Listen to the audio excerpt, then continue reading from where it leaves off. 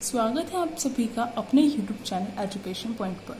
Friends, आज हम करेंगे क्लास 12th की फिजिकल एजुकेशन का चैप्टर नंबर 10। चलिए स्टार्ट करते हैं। तो देखिए, जो चैप्टर का नाम है वो भी जीव यांत्रिकी है। तो जीव यांत्रिकी क्या होता है, सबसे पहले हमें ये समझना होगा। तो इसके लिए जीव यांत्रिकी जो शब्द है इसकी परिभाषा क्या होगी, ये समझने के लिए हम क्या करेंगे, इसे टुकड़ों में तोड़ लेंगे। जैसे कि पहले हम जीव शब्द का अर्थ समझेंगे, फिर यांत्रिकी का अर्थ समझेंगे और फिर इन दोनों को मिलाकर इसकी परिभाषा बनाएंगे। तो देखिए, जीव मतलब क्या होता है, कोई भी जीवित जिसके अंदर सांस होती है, जो सांस ले सकता है। तो जीव यांत्रिकी जिसके अंदर भी प्राण होते हैं, जीव। तो इसमें मनुष्य आ गए हैं, हमारे जो जानवर होते हैं वो आ गए हैं, तो ये जीव होते हैं। अब यांत्रिकी क्या होता है, देखिए, भौतिक एक शाखा, जो यांत्रिकी है वह भौतिक की एक शाखा है जिसके अंतर्गत किसी वस्तु पर स्थिर अवस्था में अथवा गतिशील अवस्था में कार्य करने वाली शक्तियों का अध्ययन किया जाता है। जो यांत्रिकी है, अगर इसकी परिभाषा देखें तो इसकी परिभाषा यह कहती है कि अगर कोई भी वस्तु है, चाहे वह स्थिर अवस्था में हो, स्थिर अवस्था मतलब यहाँ पे मैंने पेंसिल रख रखी है, तो ये क्या है, स्थिर अवस्था है इसकी, इसमें कोई भी मूवमेंट नहीं हो रहा है, कोई भी गति विद्यमान नहीं है इसके अंतर्गत। अगर यह गतिशील अवस्था में है, जैसे यहाँ पर गति कर रही है, तो इस अवस्था में हो, तो दोनों में जो कार्य हो रहा है वस्तु के द्वारा, उसमें जो शक्ति लग रही है उसका ही अध्ययन क्या है, यांत्रिकी है। दोनों अवस्थाओं में कार्य करने वाली जो शक्तियां होती हैं, उन शक्तियों का अध्ययन क्या कहलाता है, यांत्रिकी कहलाता है। अब देखिए, जीव यांत्रिकी का क्या मतलब होगा। जीव यांत्रिकी है वह विषय है, जो जीव यांत्रिकी है वो एक विषय है जिसके अंतर्गत स्थिर अवस्था अथवा गतिशील अवस्था में मानव शरीर पर कार्य करने वाली शक्तियों का अध्ययन किया जाता है। तो इसमें जीव आ गए हैं, तो यहाँ पर क्या है, देखिए आप एक डिफरेंस देख रहे हैं इसकी परिभाषा में। इसमें क्या किया जा रहा था, इसमें वस्तु पर कार्य करने वाली शक्तियों का अध्ययन किया जा रहा था। और जब जीव यांत्रिकी की बात करते हैं तो मानव शरीर पर कार्य करने वाली शक्तियों का अध्ययन होता है, चाहे वह मानव स्थिर अवस्था में हो, चाहे वह गतिशील अवस्था में हो, उसके शरीर पर कार्य करने वाली जितनी भी शक्तियां होती है उनका अध्ययन जीव यांत्रिकी के अंतर्गत किया जाता है। अब देखिए, हमने जीव यांत्रिकी के बारे में पढ़ लिया है। अब जीव यांत्रिकी की क्या महत्व है, उसकी क्या इंपॉर्टेंस है, इसके बारे में प्रश्न बनता है। तो देखिए, इसके कौन कौन से महत्व है, यहाँ पर इसके पॉइंट लिखे गए हैं। अगर आपको इसके नोट्स चाहिए तो आप इसका स्क्रीनशॉट अभी ले सकते हैं। तो देखिए, तकनीक का चयन एवं उसका विकास, जो जीव यांत्रिकी है उससे क्या फायदा होता है, क्यों जीव यांत्रिकी खेल के लिए इम्पोर्टेंट है, क्यों है महत्व उसका। तो इन सारी बातों का एक ही अर्थ निकल के आता है कि जो जीव यांत्रिकी है उसकी आवश्यकता क्यों है खेलों के दौरान, या फिर उसका महत्व क्या है। तो देखिए, तकनीक का चयन एवं उसका विकास, जो तकनीक है, खेल में जो तकनीक का इस्तेमाल किया जाता है कि किस तकनीक के द्वारा जो खेल है उसको और बेहतर बनाया जा सके, और किस तकनीक के द्वारा ऐसा हो कि हमारा जो शरीर है उस पर चोट ना लगे। तो ये हमें कब पता चलेगा, जो जीव यांत्रिकी है वो क्या करती है, वो ऐसा देखती है कि किस तकनीक के द्वारा जो खेल का प्रदर्शन स्तर है उसमें वृद्धि हो सकती है। तो इसके लिए जो तकनीक है उसका चयन करने में, और या फिर कोई भी तकनीक चली आ रही है उसको और ज्यादा उसका विकास करने में क्या करती है, जीव यांत्रिकी हेल्प करती है बहुत ज्यादा। अगला देखिए, आधुनिक उपकरणों को बनाने में, जो आधुनिक उपकरण हैं, जो वर्तमान में, आधुनिक मतलब जो अभी वर्तमान में इस्तेमाल किए जा रहे जो उपकरण होते हैं। उपकरण क्या होते हैं, उपकरण होते हैं खेल के दौरान जितनी भी चीजें उपयोग में आती है, चाहे वो मैदान हो, चाहे वो कोई भी खेल के दौरान इस्तेमाल करने वाला कोई भी वस्तु हो। तो इसका एक उदाहरण हम ले सकते हैं कि जो जीव यांत्रिकी है उसके सुझाव अनुसार ही क्या हुआ है, जो ऊंची लंबी जो कूद होती थी उसमें पहले कूदने के बाद रेत पर क्या किया जाता है, लैंडिंग की जाती थी। अगर आप यहाँ से ऊंचा कूद रहे हैं तो लैंडिंग कहाँ की जाती थी, रेत पर की जाती थी। अब क्या कर दिया गया है, जीव यांत्रिकी ने बताया है कि जो रेत है उस पर लैंडिंग करने के बजाय अगर हम जो गद्दे होते हैं उन पर लैंडिंग करेंगे तो इससे हमें ना तो चोट लगेगी खेल के दौरान, तो इससे क्या होगा, हमारा जो खेल प्रदर्शन स्तर है वह बढ़ेगा और इस चीज को अपना लिया गया। देखिए जीव यांत्रिकी क्या कर रही है, हेल्प कर रही है, सुझाव देती है। वो जैसे साइंटिस्ट अपना सर्च करने के बाद अपने सुझाव देते हैं, इसी तरीके से जो जीव यांत्रिकी है वो भी यही कार्य करती है खेल में।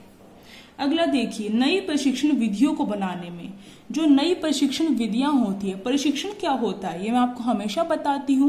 ये जो प्रशिक्षण है वो ट्रेनिंग को कहा जाता है इंग्लिश में। जो ट्रेनिंग दी जाती है, जो नई नई ट्रेनिंग होंगी, जो नई नई प्रशिक्षण की विधियां होंगी, उनको सामने लेके आती है जीव यांत्रिकी कि अगर जो खेल है उसमें किस प्रकार से जो खेल का स्तर है उसे विकसित किया जाए, इसके लिए कोई ना कोई प्रशिक्षण विधि होती है। तो जो प्रशिक्षण विधियां हैं उनका सुझाव कौन देता है, जीव यांत्रिकी देता है। या फिर जीव यांत्रिकी क्या करता है, नई नई विधियों को सामने लेके आता है जिससे कि जो खिलाड़ी हैं उन्हें बहुत ज्यादा हेल्प होती है।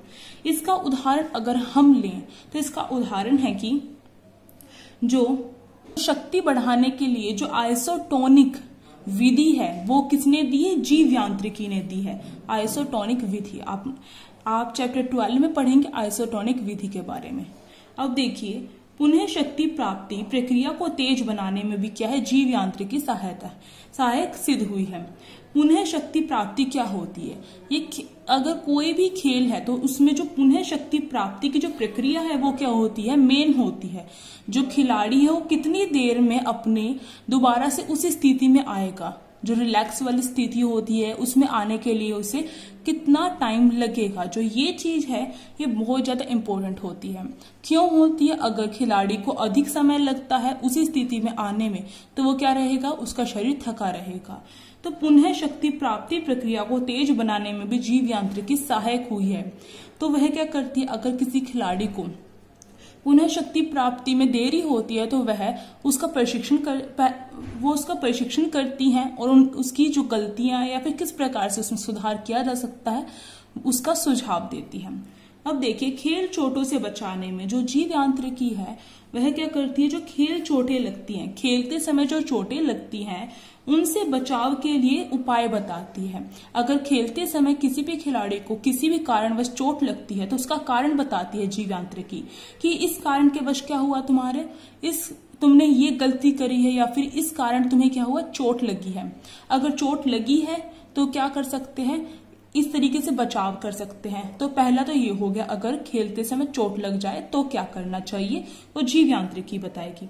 दूसरा, खेलने से पहले जीव यांत्रिकी क्या करती है, यह बताती है कि अगर तुम ये गलती करोगे तो तुम्हें क्या होगी, चोट लग जाएगी। अगर इसका एग्जाम्पल लें तो इसका एग्जाम्पल ये ले सकते हैं, क्रिकेट खेलते समय जो हेलमेट पहना जाता है अगर वह नहीं पहनते तो खेल चोट लगने की संभावना होती है। तो जीव यांत्रिकी क्या करेगी, खेलने से पहले ही वह यह बता देगी या सुझाव दे देगी कि क्रिकेट जो खेल है उसमें हेलमेट का पहनना बहुत आवश्यक है, अगर नहीं पहनेंगे तो गिरने के कारण चोट लग सकती है। खेल कौशलों के विकास में सहायक होती है जीव यांत्रिकी। जो खेल कौशल होते हैं, जो खेल कौशल मतलब क्या होता है, खेल कौशल मतलब होता है खेल में अपनी कुशलता किस प्रकार से बढ़ाई जा सके। कोई भी खेल है उसमें पूर्ण रूप से कुशल कैसे हुआ जा सके। खेल कौशल को बढ़ाने में जो जीव यांत्रिकी है वो अपने सुझाव प्रकट करती है जिसके द्वारा खेल कौशलों में वृद्धि की जा सकती है। अगला देखिए, खेल प्रदर्शन को बढ़ाने में सहायक जो जीव यांत्रिकी है वो क्या करती है, वो जो खेल प्रदर्शन स्तर होता है, अगर कोई खिलाड़ी का जो प्रदर्शन स्तर है, अगर मान लीजिए उसने 1 महीने में जो गेम खेले हैं, जो खेल खेले हैं, उसके अकॉर्डिंग वह क्या देखती है कि उसका प्रदर्शन स्तर कहाँ है और उसे कितनी और मेहनत करनी चाहिए जिससे कि उसका प्रदर्शन स्तर बढ़ सके। तो इस चीज के बारे में वो उसकी पूरी जो डिटेल है वह निकाल के बताती है कि तुमने इस महीने में इतना प्रदर्शन स्तर बढ़ाया है और बढ़ाने के लिए तुम्हें और कितनी मेहनत करनी पड़ेगी या फिर कितनी प्रैक्टिस करनी पड़ेगी। इसके बारे में जो जीव यांत्रिकी है वो सुझाव देती है। तो आपने देखा जीव यांत्रिकी जो जीव यांत्रिकी है उसके द्वारा क्या होता है, खेल कौशलों में वृद्धि होती है, खेल के प्रदर्शन स्तर में वृद्धि होती है, तकनीक के चयन में क्या होता है, मदद मिलती है। इस तरीके से जितने भी पॉइंट थे आपने देखे। तो ये जो पॉइंट्स है आप क्या करेंगे, अगर आपके एग्जाम में प्रश्न पूछा जाता है जीव यांत्रिकी का महत्व बताइए, तो आप पॉइंट लिखने के बाद फिर यहाँ पर क्या करेंगे, एक्सप्लेनेशन करेंगे 3-4 लाइनों में। जो 3-4 लाइनें हैं उनमें ही करना, और ऐसा नहीं करना है किसी एक पॉइंट को आपने ज्यादा एक्सप्लेन कर दिया और किसी एक पॉइंट को कम कर दिया। ना तो क्या लगेगा कि एक पॉइंट तो आपको बहुत ज्यादा आता है और दूसरा वाला आपको नहीं आता है और आपने ऐसे ही कुछ भी बना के लिख दिया है। तो क्योंकि शीट्स जो होती है, आंसर शीट, उसे जल्दी जल्दी चेक किया जाता है, तो टीचर्स क्या करती हैं, आपका जो लिखा हुआ है उसके अकॉर्डिंग ही कई बार अनुमान लगाया जा सकता है कि आपने कैसा लिखा है। तो आपको क्या करना है, पॉइंट्स में इसीलिए बताया जाता है, पॉइंट्स लिखने के लिए और फिर उसे एक्सप्लेन करने के लिए, क्योंकि अगर आपके पॉइंट्स में दम होगा तो टीचर क्या करेंगे, आपके पॉइंट्स के हिसाब से ही यह जान लेंगे कि आपने कितना पढ़ रखा है। क्योंकि पॉइंट बनाने में भी क्या होता है, पॉइंट कब बनाया जाता है, जब आप उसके अंदर का कुछ जानते होंगे। तो यहाँ पॉइंट्स अवेलेबल करवाए जा रहे हैं, आप इनका स्क्रीनशॉट लीजिए और मेहनत कीजिए और अच्छे मार्क्स लाइए। तो इसके साथ अगर ये वीडियो अच्छी लगी हो तो please like, share and comment करके बताएं कैसी लगी। अगर आप चैनल पर नए हो तो सब्सक्राइब कर सकते हैं और साइड में जो बेल आइकन है उसे प्रेस करना मत भूलिएगा। Thank you.